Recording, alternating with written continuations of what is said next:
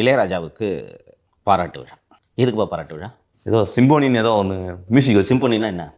தெரியல சார், ஏதோ மியூசிக்கை போட்டு வாசிங்கன்னே வாசிப்பாங்க போல. நீங்கள் தான் இப்போ போட்டு காட்டினீங்க. காலையில் எனக்கு கேட்டான் சிம்பொனின்னா என்ன சார்னோடனே நான் இந்த யூரோப்பில் போடுற ஒரு சிம்பனி ஒன்று போட்டுவிட்டேன். இது என்ன சார் பாட்டு கூட பாட மாட்டேங்கிறாங்க, உட்காந்து எல்லாரும் வாசிச்சுட்டு இருக்காங்க, இதுக்கு எதுக்கு சார் பாராட்டு விழா அப்படின்னா. அது இந்த சிம்பனின்றது வந்து இந்த ஒரு உலக புகழ்பெற்ற இசை வடிவம், பெரிய பெரிய மேதைகள்லாம் இசையமைத்த ஒரு வடிவம்.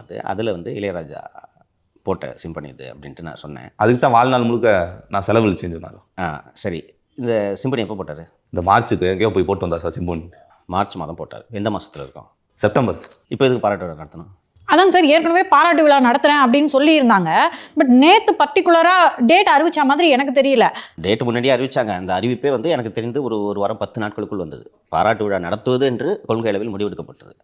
மார்ச், ஏப்ரல், மே, ஜூன், ஜூலை, ஆகஸ்ட் 6 மாதங்களாக என்ன செய்து கொண்டிருந்தார்கள்?